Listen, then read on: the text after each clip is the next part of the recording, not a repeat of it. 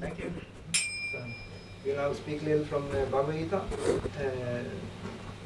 verse number 4 in the 9th chapter. But first we'll just sing our song that we sing before Bhagavad Gita. It's called Radha Madhava. Jaya Radha Madhava Kunja Bihari Jaya Radha Madhava Kunja Bihari Jaya Radha Madhava Kunja Bihari Jaya Radha Madhava Kunja Bihari Jaya Gopi Jana Vallabha Girivaradhari Jaya Gopi Jana Vallabha Girivaradhari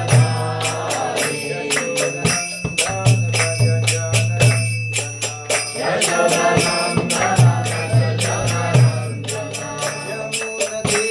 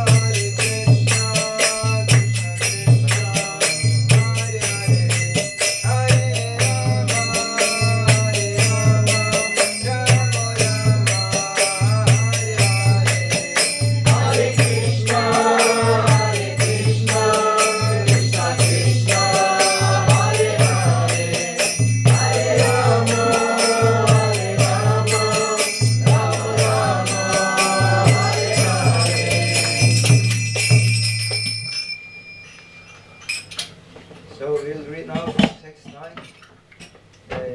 from chapter 9, text 4, and we say our invocation prayer. Om Namo Bhagavate Vasudevaya. Om Namo Bhagavate Vasudevaya Om Namo Bhagavate Vasudevaya. Om Namo Bhagavate Vasudevaya Om Namo Bhagavate Vasudevaya. Om Namo Bhagavate Vasudevaya. So first we read the Sanskrit. Maya tatamidam sarvam jagat avyakta murtina matstani sarva bhutani nachaham teshavastitaha. And the translation: by me, in my unmanifested form, this entire universe is pervaded. All beings are in me, but I am not in them. And maybe we can repeat together. By me, in my unmanifested form, this entire universe is pervaded. All beings are in me, but I am not in them. And then the explanation, the purport by Srila Prabhupada, Srila Prabhupada Ki Jai. The Supreme Personality of Godhead is not perceivable through the gross material senses.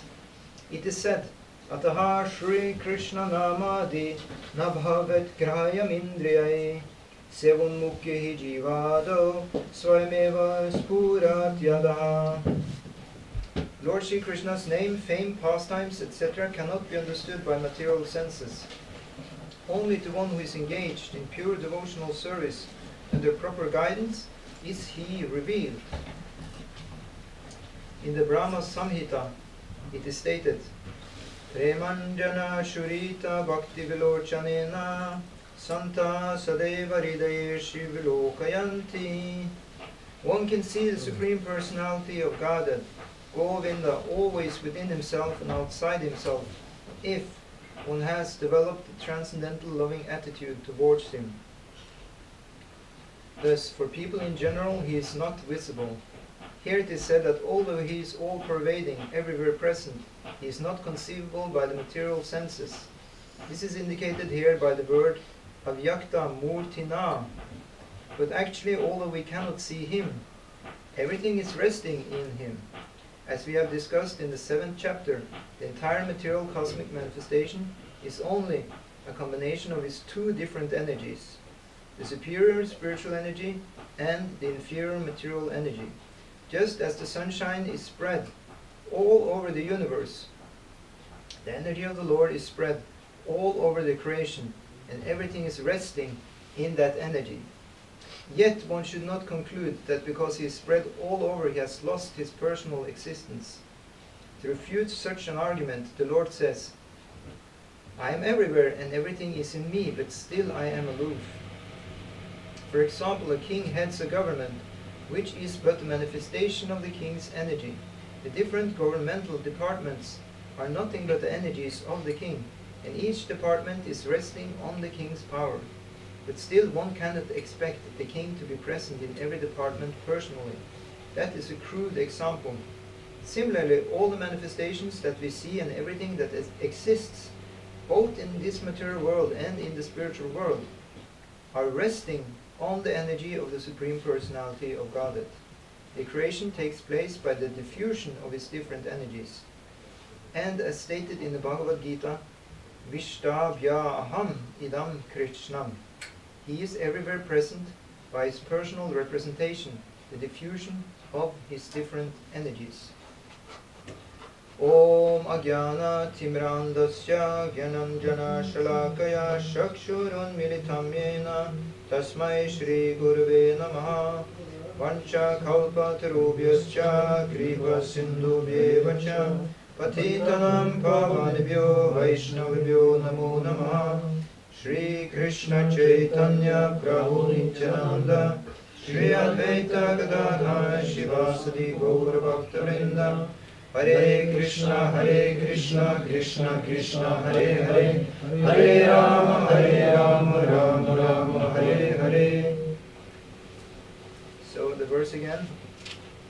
Maya tatam idam sarvam jagat avyakta murtina matstani sarvabhutani nachantesh avastitaha. By me, in my unmanifested form, this entire universe is pervaded. All beings are me, but I am not in them. So we have the answers to all our questions in the Bhagavad Gita, this small book, 700 verses, but actually everything you need to know is there. Here it said, people ask, where is God? Well, Krishna says here, he is everywhere. So God is everywhere. This is called the omnipresence of God. God is known as being omnipotent. His potency is so big that he just wishes something and it happens. Whatever the Lord wants, that happens. Whatever he doesn't want, it doesn't happen. And he's also omniscient. He knows everything. He knows whatever goes on in our hearts, in every living entity's hearts. So we cannot escape the Lord, that's for sure. He's everywhere. Still, there's a little problem that we are in. The Lord is not in the problem. The Bhagavad Gita is not the problem. The problem is myself. That's the only problem. We should always remember this. There's only one problem, and that is ourselves. We can never blame anybody else, because the world is created by God. Everything is actually there. You want to go back to Krishna, he says, I'm everywhere. So what's the problem? This is confirmed in other scriptures. For example, the Brahma Samhita. Brahma is known as the creator of this whole universe. But still, there was one person who created Lord Brahma, and that was Krishna. That's also explained in these Vedic scriptures, also in the Bhagavad Gita also. So Brahma, he has his own book called the Brahma Samhita. Hare Krishna. So in the Brahma Samhita, then Lord Brahma is saying that he's talking about he's having many prayers to his Lord Krishna, who is also known as Govinda. So he's saying that Andantarasta Paramanu Chayantarastam Govinda Madi Purusham Tamahama Jami. So he says, I'm worshipping Govinda, who is the Adi Purush. He's the original enjoyer, he's the original male person, and he's the one who is existing inside every atom. Paramanu means atom in Sanskrit, so it's quite difficult to escape the Lord actually. If we want to be together with Krishna or God, then He is here. He is here. The problem is when we try to escape from the Lord, because then He has to create an illusion. Because God is so much present that we cannot actually escape God. We cannot forget God. He's all pervading. But still, we are not forced to love Krishna, to love God. So if we just want to be slightly independent, have a little free space, then Krishna is having a little energy for us called the illusory energy, Maya. And by that energy, he is covering over our vision, so that we suddenly don't see Krishna. And then we can have our own space. It's said that it begins actually that we all become actually small creator gods. We have our own little universe. So it's something to it when you have this saying to live in your own little world. It's actually something to that saying. We all actually are living in our own little world, where we are, our own little movie where we are the star ourselves, and everything is like revolving around us in the center. So that's what happened when we go to the material world. Krishna is suddenly not in the center, and we are ourselves in the center. So, and then we have all these energies as explained here: earth, water, fire, air, ether, mind, intelligence, false ego. We have the 5 knowledge acquiring senses, the 5 working senses. There's so many energies, counted as 24 in all. And of course, these senses are working also with sense objects. They're called sound, touch, form, smell, taste. Sound, touch, form, smell, taste. 5 of them. Yeah.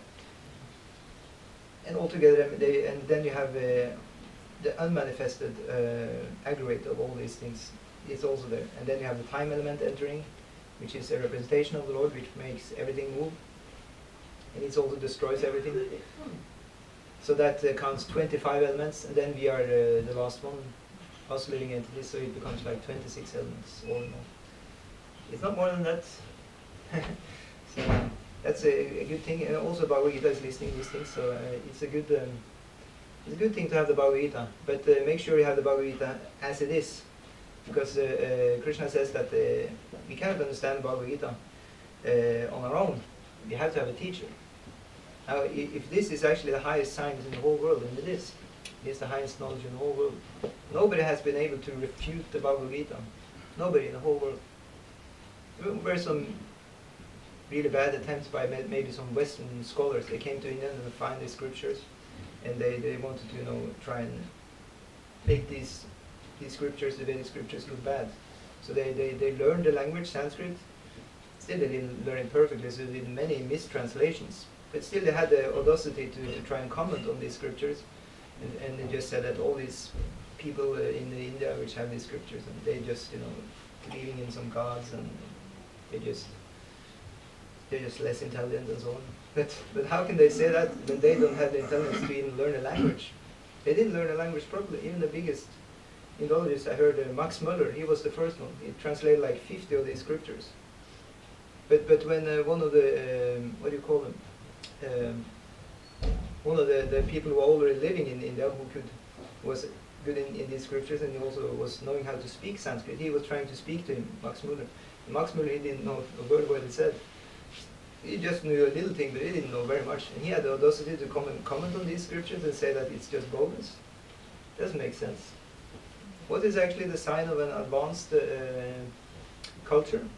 Well, it's a language. It starts with that. So if the language in India is much more advanced than our language here, then what does it mean? Well, it means that, you know, they're more advanced culture. And that means also probably their books are more advanced, their teachings, their knowledge is more advanced, everything is more advanced.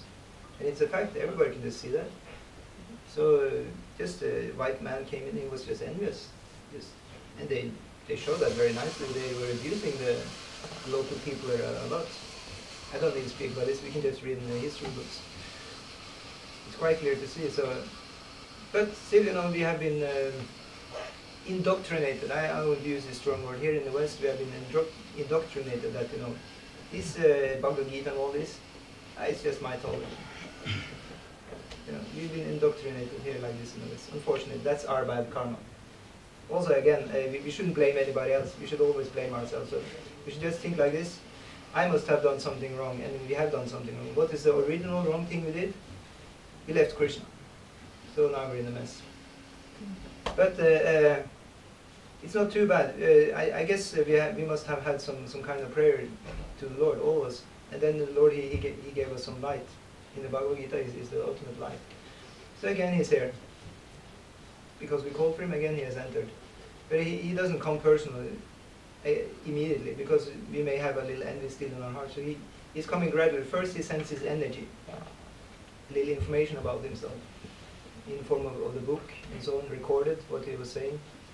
And then, you know, we must try and you know, make up our mind. We really want to meet Krishna again, and we must learn to behave properly, because in the spiritual world everybody's behaving properly, nobody wants to meet Krishna there. So it's like a gradual process, this bhakti yoga. And that's also given here. And you just have to stop this speculation, you know, I cannot understand God, so I just reject him. No, because we don't have the intelligence. I'm sorry to say we have lost it. Who is the giver of intelligence? It's Krishna. Krishna gave the intelligence. So he has taken away our intelligence because we wanted to forget Krishna. So that's why we can be so stupid to say, you know, that these books from India are just mythology, and we don't even understand one word in the book. I mean, in the original language, we don't understand one word, and still we say, it's just mythology. This means no intelligence. So, and these people, including myself, you know, from the West, we claim, you know, that this is just mythology, but I'm a big professor, I'm a big PhD, and I have a lot of intelligence. Yes, this is just mythology. You know, this is even more foolish. You know, if a very stupid person is saying that he's very intelligent, you know, that's even worse. So this is actually our situation. We're living in a society like this. Not just that I am like that, but whole society is like that, and it's propagated. And it's totally, you know, demoniac. That's said here in the Bhagavad Gita. This is actually demonic, signs of demonic conduct. So that's why Bhagavad Gita is representing, yes, it's representing a total revolution in our life. But not just any Bhagavad Gita. It has to be this Bhagavad Gita from Srila Prabhupada Bhagavad Gita as it is, because I know so many other Bhagavad Gitas, and all the people have been reading it. They're just still very dry, and you know, nothing has changed in their life. They've been reading another Bhagavad Gita, and nothing changed. If you read this Bhagavad Gita as it is by Srila Prabhupada, a revolution will take place in your life. Because Bhagavad Gita has to be presented from a pure devotee of Krishna. It has to be presented in line of pure devotees. Because it's the most valuable thing we can have in the whole existence. So it has to be handed down very, very carefully. If a person who doesn't believe this is starting to explain, of course, we will not be interested, we will not be enlightened. This is meant for enlightenment, this Bhagavad Gita. Not for speculation or for like, oh, just some interesting Indian philosophy, just, you know, for some entertainment. No, this is totally life-changing. It's supposed to save our life. My life is not saved if you know, say I'm going to bathe, you know, in some bathing place, and I'm about to drown, and a person comes and saves my life. He's diving down and picking me up. And I say, oh, he saved my life. No, he didn't. He saved my body. He didn't save my life. And I still have a death penalty. You know, I can only be in this body for 100 years maximum. Real saving a life is saving the soul. Because actually I'm a soul, I'm not a body. I'm not man or woman or this or that, old or... All this is done by material energy. This is stated again in Bhagavad Gita. Prakriti Kriya Manani. Everything is going on by material nature. As we explained, they can be counted. 24, 25, 26 elements. That's all. And I can see my body is just made of earth, water, fire, air, and ether. And I have the mind, intelligence, false ego. It's again just material elements. It doesn't help me. I'm the soul. So if anybody says my body, it doesn't help me. I still die. Welcome. Please have a seat. So what should we do? So that is given here. In the purport by Srila Prabhupada, it says, Ataha Shri Krishna Namadi, Na Bhavet Graim Indra. We cannot understand Krishna. We cannot even understand the name of Krishna. It begins with the name. Understanding of Krishna begins with Hare Krishna, mantra. We just hear name Krishna and we wonder, who is that? And we have the explanation, he is God. He's being qualified. Also in the Bhagavad Gita, in the Vishnu Purana, it said, God is qualified as a person called Bhagavan. Bhaga means opulences, and he's possessing all opulences in full. So Bhagavan is the definition of God given in the Vedic scriptures. So he's the most famous person, he's the most rich person, he has all the wealth in the whole world. Of course God has that. He's the most knowledgeable person. He's speaking the Bhagavad Gita, and he's speaking also. He speaks also the highest knowledge in the Vedic scriptures. He's the most beautiful person. Krishna is known as the most beautiful. Krishna actually means attraction personified. It said actually that if you want to stay here in the material world and enjoy, then don't go and have darshan of Krishna. Because if you go and see Krishna, your mind will be sold out to Krishna. You'll never be able to enjoy material world again. So that's very good advice. That means attraction personified. If you just slightly have the opportunity to have Krishna's darshan, mind will never be the same. Mind will have gotten this very strong samskara inside. It means impression. So it said that once you just have tasted Krishna or heard really, actually with concentration, some or other had heard about Krishna, seen Krishna, then actually you cannot but actually some or other go back to Krishna. The mind may still have some desires of its own, but it's just a matter of time now before all that will be washed away, because Krishna is so much better than all we have here. So Krishna is not understood by our senses. We cannot actually understand Krishna just by seeing him or hearing about him like that. We can have some understanding, but the real understanding comes when we get serious. That actually we understand, okay, this is actually best for me if I go to Krishna. That's better for me than if I just stay here in the material world. Which is when we actually just think a little bit about it, it's terrible. It's a miserable place. It's really terrible. We are being put into so much suffering all the time. Again, this is not what we've been taught in the school. And it's unfortunate, but actually the Vedic scriptures are full of these teachings. They say that actually this material world is called Durga. It's named after the superintendent of the material world, which is Durga Devi. Durga means, it can mean a fortress, which is difficult to get out of. Or it can also mean trouble.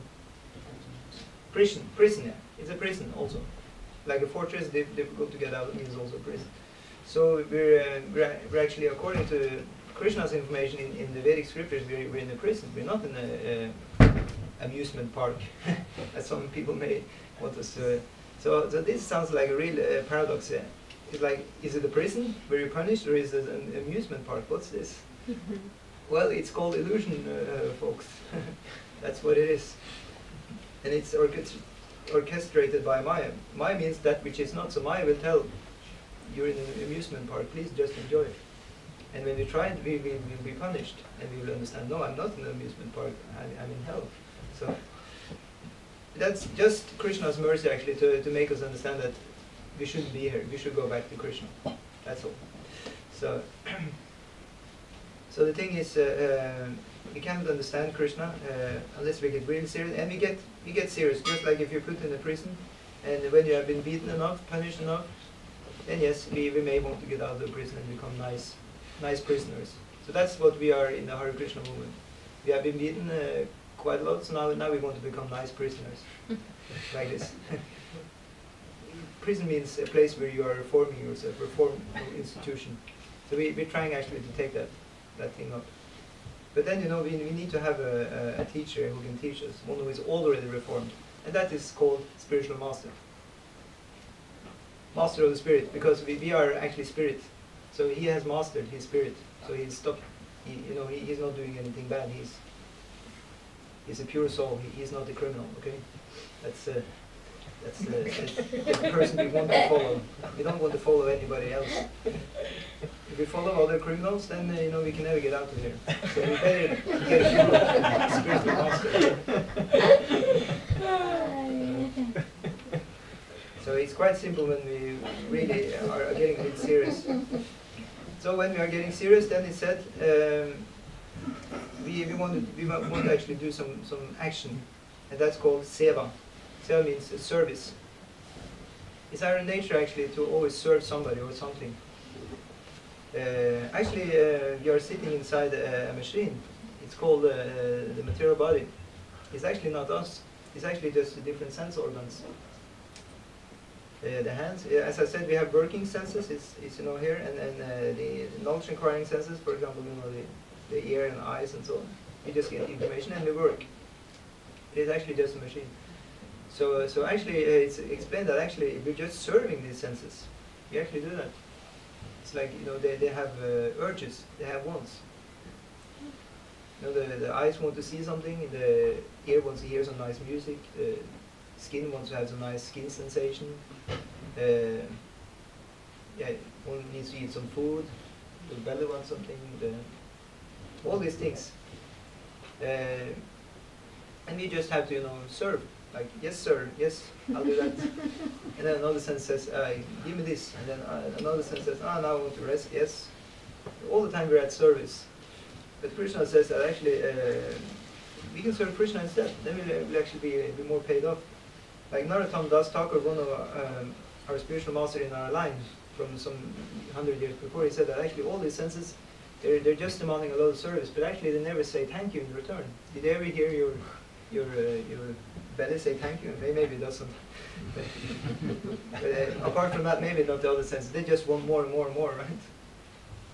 So he says that actually it's not a good deal. So we should try and actually serve Krishna instead. And then automatically you just also take care of the senses, but that will not be our main focus. Our main focus will be serving Krishna. And it's an art. It's an art. But by the help of the other devotees who already do this, then it's possible. Sevanmukhi Jivado, it starts with the tongue. So that's not too difficult. We like to eat good food and we continue to do that, but now we offer the food to Krishna first. And proper food, not junk food. And not meat. Not meat, fish and eggs. That's called junk food because it's about to rot. These foods we buy there, the meat has maybe been slaughtered a few days ago or months ago, I don't know. So it's about to become rotten. It's called food in the mode of ignorance, rotten food, or food from dead animals. It brings very bad